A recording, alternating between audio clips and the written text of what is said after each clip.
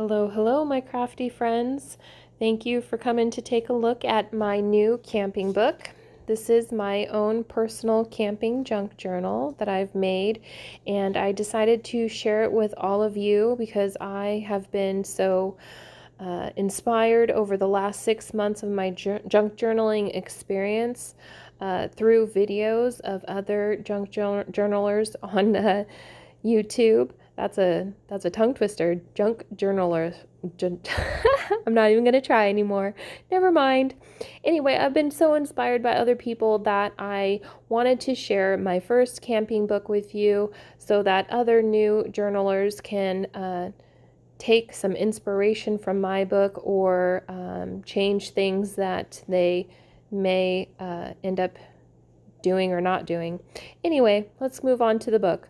So first off, this awesome scrap fabric tie here was inspired by another YouTuber, Karla Frizzell. I hope I'm pronouncing that right. Her last name's spelled Frizzelle. And I'll try and link the video down below, but she makes these beautiful scrap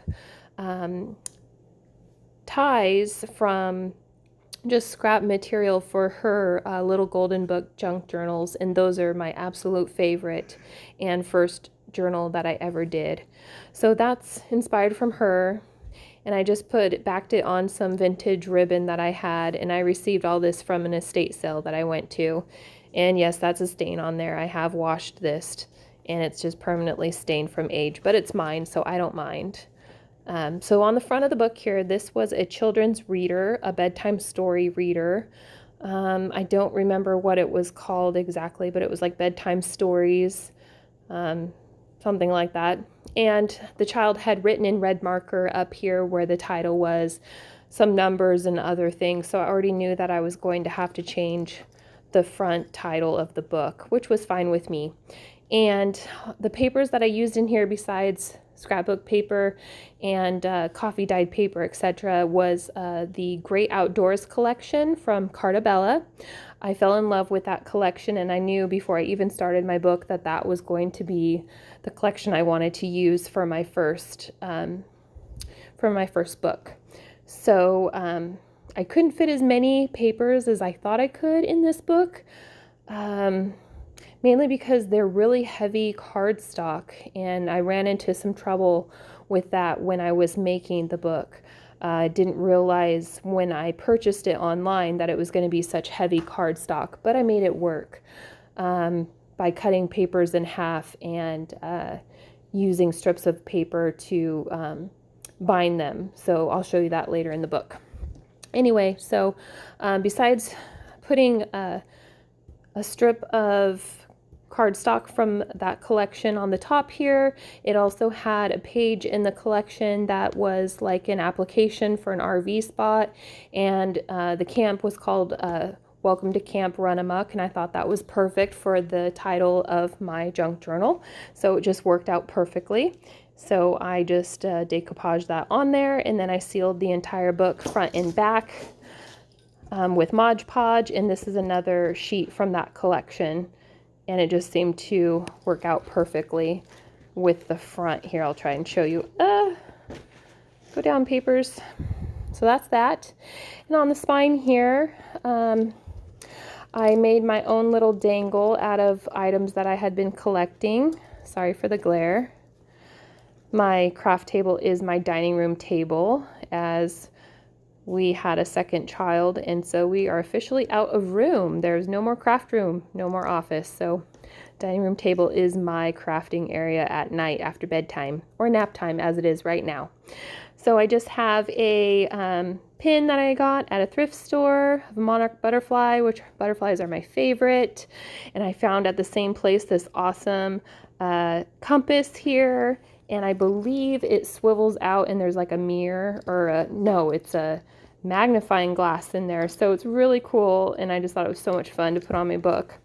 And then I also got these vintage stamps that have like bear and a deer And then I think one side has like, oh, this one has a deer, and this one is an otter, which are my absolute favorite. So I just put those on like cereal box cardstock and covered them in Mod Podge. This was before I found out about the clear gloss that you can put on these, which is still on my want list. And then I just did a notebook style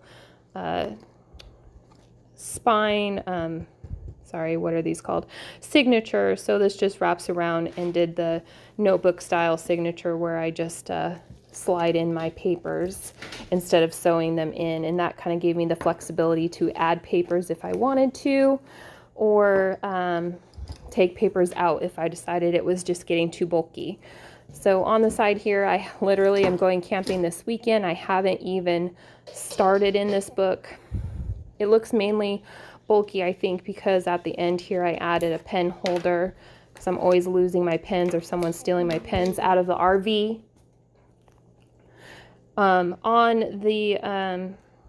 So when I take them out, it's not quite as bulky there. Okay, so let's dive into it.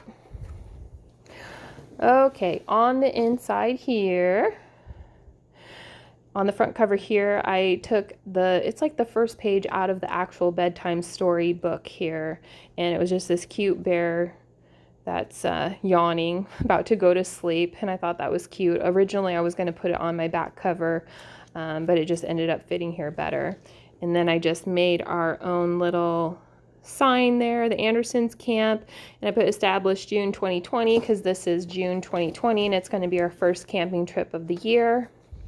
So here's some of that Cartabella paper, and then I used a piece of scrapbook paper here to bind it to the book.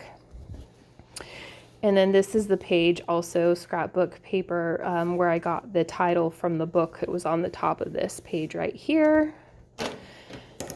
So on the side here, I have Strangers in the Forest. It was a story out of one of my Reader's Digest books that I had recently deconstructed for another journal, and I just put a little bear sticker on there. Turn the page here. This is just out of a travel magazine, and it was for like wildlife reservation or something like that, and I just covered it with stickers and some more of that scrapbook paper, and I put a little thing here so I can have the owl say something when I decide what he's going to be talking about. On the first page in here, we've got, this is some wrapping paper, and it's just like that paper bag kind of paper, I guess. I don't know what it is. Always lose your words when you're filming, right? And then this is a Richard Scarry piece out of one of my books, and I just put a little wood camera on there because he's taking a picture. And then recently I was at my neighborhood antique store, and I came across this 3D postcard of butterflies. And I was like, oh, I love butterflies, and it looks like a photograph. It belongs in this pocket, and it's never been written on, so I can also write on it if I decide to. And then I just have a guest check-in here that I've put some little lace on that my friend gifted me. Thanks, Becca. The next page here, this is just the back of that, and I wrote a little quote from John Muir on there. Here's a vintage card that I got in another friendly mail. It's got little squirrels on it. And I put some other of my vintage stamps in there in a glycine bag, my favorites, in case I want to make something while I'm out and about.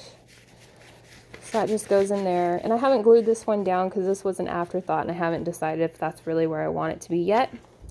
So then I just have some coffee dyed paper, some more vintage notebook paper out of Oregon Trees manual that I picked up thrifting. I love to thrift, so stay tuned for maybe future videos of me thrifting and my finds if I can possibly manage that. Usually I'm thrifting with my kids, so it's kind of tough to juggle kids and a camera, but we'll see. You never know. And then here's the other side of that. I found this postcard at the same time, and I just thought it was so cool. It was a circle postcard. I've never seen this before. Thought it was really cool, and it was cheap. I think I paid 50 cents for it. And I know some of you will probably be really upset, but there was some writing on here on the original postcard, and it wasn't very interesting, so I decided to cover it up with one of my favorite pages from the collection, the Cartabella collection. They kind of look like light bulbs and bugs at the same time. I just think that's so cool. And this is from Salem. I live really close to here, so I thought that was really cool. So that's that. And this is just a flap. I just made a flap on this side, that wrapping paper, and put a little strip on here instead of making a belly band. So that just holds it there.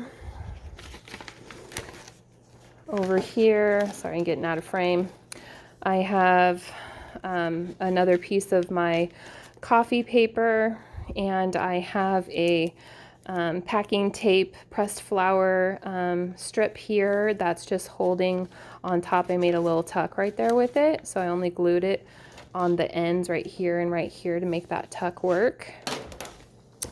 That's the other side of that application paper from the collection, and I just made a little tuck right here, the camera.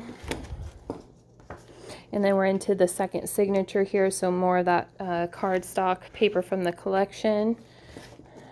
And then I tried to do my first eco dyeing paper with the iron technique instead of officially doing the real eco dyeing paper. And so this is just the back side. I just threw some coffee on it and some watercolor, and this is probably the best page that turned out of all of them. I didn't really have very good success with that, and I put some washi on it because I folded the paper when I did it, and because I put so much water on the paper to eco dye it, the watercolor paper that I used ended up splitting. So that's that. And then this is just a music sheet out of a children's piano lesson book, I believe. Over here, more coffee dye paper, and then I had this vellum print on, not vellum, but that paper that you use for overhead projectors.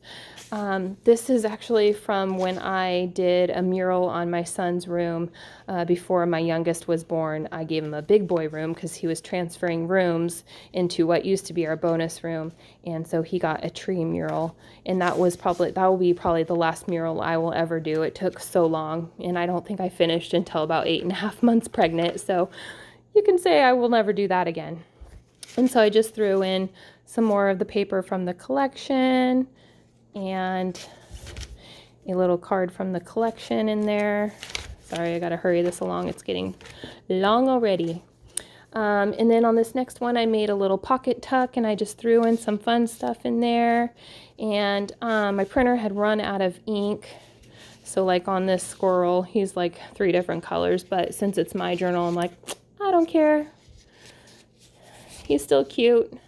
And then a tag back here with Richard Scarry clip, and it's about tails, and I thought that was really cute when I put a sticker on the back here to write on. And this is on a flashcard. You can kind of see it poking through. And then this one's just a collage that I made with one of those stamps that I had. Butterflies, of course, my favorite, and it's just on the back of this card. Get in there. Oh, paper. Okay. Next we have, more Reader's Digest pages out of the same book. There was this story in there called Strangers in the Forest, and it just had some great graphics in there, so I put that in there. And this side I put 2 pages together from that story and made a little envelope here to just stuff some fun stuff in there. And so there's a fun little paper in there that's been colored with gel pens. Oh yeah, and there's where all my stickers and like little dies and extra stuff is hiding right now. So then just some more coffee dyed paper, the other half of that music sheet. my other eco-dyed paper that turned out good enough to keep. Just some leaves. And then this is from that collection, just pretty little flowers on there. I didn't put very much cardstock in here also because I want to have some writing space mostly. And then I'll just add pictures on the cardstock paper. And so these were just little extras. This was from some mail that I received from a friend. I just love the dice. It reminds me of playing games when you're camping. So I tucked it in there in case I wanted to make a belly band. These 2 pages were out of a magazine. I think it was like a Travel Oregon magazine. Oh, and this is just like a paper tab on here. Belly band with another one of those, sadly, prints that did not quite finish because my printer ran out of ink and I just couldn't let it go because it's Smokey the Bear and he's my favorite. So I just put him on a piece of scrap cardstock so I can make a little hidden note spot there. And this is just another magazine page that I just put that belly band on.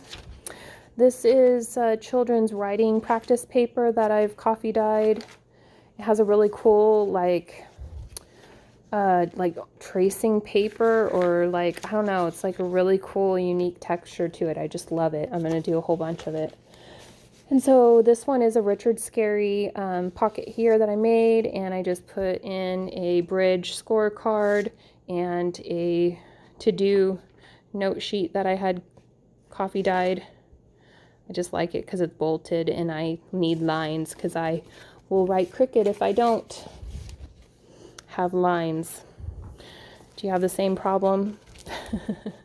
And then I just have another, this is a paper bag pocket that I made, and I didn't decorate it because I thought I would decorate it later. An afterthought, one of those afterthoughts, and then I just put some sticker dots in there that I thought kind of tied along with the color theme of this book in case I want to decorate while I'm camping. Here is just that wrapping paper folded over, and I added a card and a sticker for decoration. And then this is a paper clip that I made out of scraps, and it's just the scrap paper bow, paper clip on the back. It's cute. It's cute, but it's getting squished in my book, so I don't know how long it'll last, but I had to have one for myself. And then another page from that Oregon Trees book, and this is really brittle. After I put it in here, it started to crack on the edges, so I might have to carefully take that out and put some washi on it. Here I had made this little envelope pocket. I think Gail, her YouTube video, one of her thousands of YouTube videos, she shows you how to make this with an envelope. And this is one of my first tags I ever made when I started junk journaling, and it was out of a magazine, I think a Martha Stewart magazine. I just love owls and butterflies. And so this is on a flashcard, and then it's backed with coffee dyed paper. Just love, love, love that. And of course they belong together because there's a little owl out of a storybook there. And this is just the eco-dyed watercolor paper because I plan to watercolor when I'm camping, I hope. And this is an afterthought envelope that I made out of this actual storybook that this book came from. And that was, I'm not going to open it, but it's holding my stickers from the Cartabella Outdoors collection. More coffee dyed paper, more tree paper. Okay, and this is the last and third signature here. It's just really fun paper. I really had a hard time deciding which papers I wanted to use, and I didn't want to cover any of them up because both sides were great. This was a card that I received out of my Happy Mail from a friend. And so owls, of course, and it's brown. It belongs in my book. And another one of those vintage, this is a stamp, really cool stamp. And then of course the Roosevelt stamp at the top there on, on a little card. And then this is a paint chip from the colors that we chose for the tree mural in my son's room, and I just put some ribbon on it, and I haven't put a backing on it yet, so it's waiting for a backing. And then I just took a piece of paper and made out of that collection and just made a little tab up here for fun because I didn't have anything else to do with that. Turning the page. So on the other side I just put the butterfly from, I believe, Tim Holt's collection.